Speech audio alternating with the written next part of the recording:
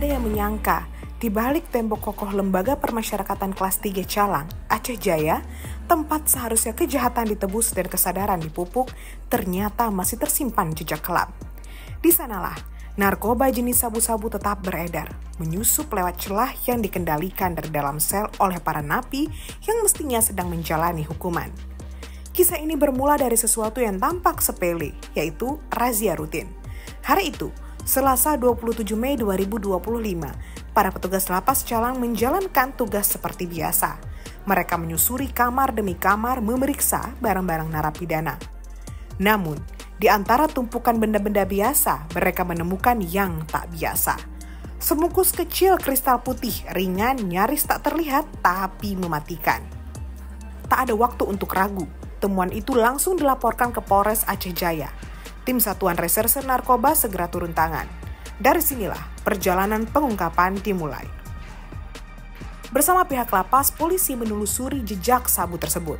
Mereka menyusun kepingan demi kepingan puzzle dan hasilnya mengarah pada 5 narapidana.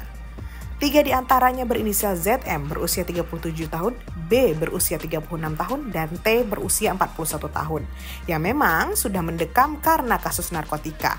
Namun, 2 nama lainnya mengejutkan.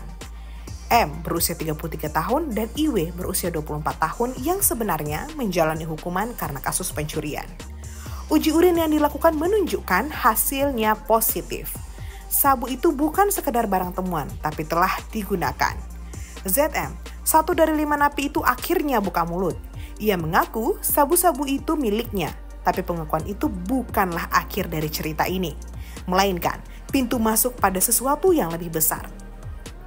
ZM menyebut satu nama di luar penjara, yaitu RM, yang tinggal di Banda Aceh, dan dari sanalah sabu itu berasal. Berbekal informasi dari dalam, tim Satres Narkoba melakukan pengintaian. Perburuan membawa mereka ke kawasan Lamtemen Timur, Kecamatan Jaya Baru, Kota Banda Aceh. Disinilah RM ditemukan. Bersamanya, petugas mengamankan 3 bungkus sabu seberat 1,64 gram, 1 timbangan digital, dan 1 ponsel yang diduga menjadi alat komunikasi untuk transaksi.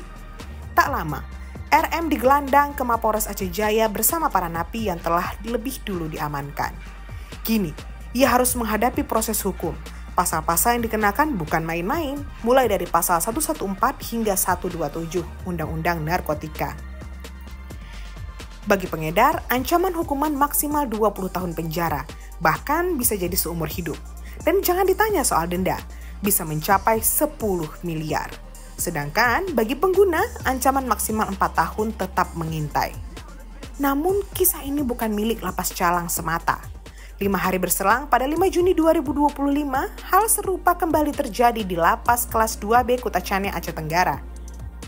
Saat itu, petugas gabungan dari lapas dan Satres Narkoba mencurigai paket makanan yang dibawa keluarga. Berisi sabun, biskuit, dan mangga. Namun siapa sangka, di balik kulit buah itulah sabu disembunyikan sebanyak 13,6 gram. Barang haram itu dikirim untuk seorang napi berinisial MN. Dan dari hasil pemeriksaan, MN mengaku barang itu milik adiknya, S, yang kini masih buron. Seperti sebelumnya, kasus ini terus dikembangkan. Yang lebih menyakitkan, praktik ini kerap tak berjalan sendiri.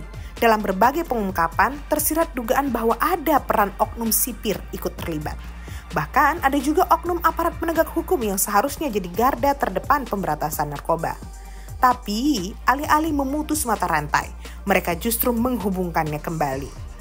Kami mengajak seluruh elemen masyarakat berperan aktif, laporkan jika melihat atau mengetahui ada penyalahgunaan narkoba. Tegas AKP Darli dari Polres Aceh Jaya. Ajakan itu memang sederhana, tapi syarat akan makna. Karena persoalan narkoba bukan hanya tanggung jawab polisi, bukan hanya tanggung jawab atau tugas petugas lapas. Dia milik kita semua.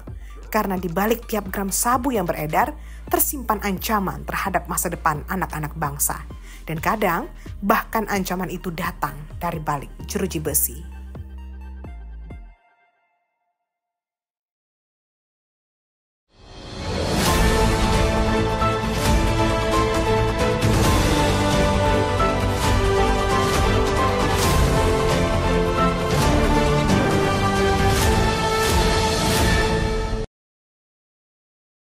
Jangan lupa like, komen, dan subscribe. Serta aktifkan lonceng notifikasi.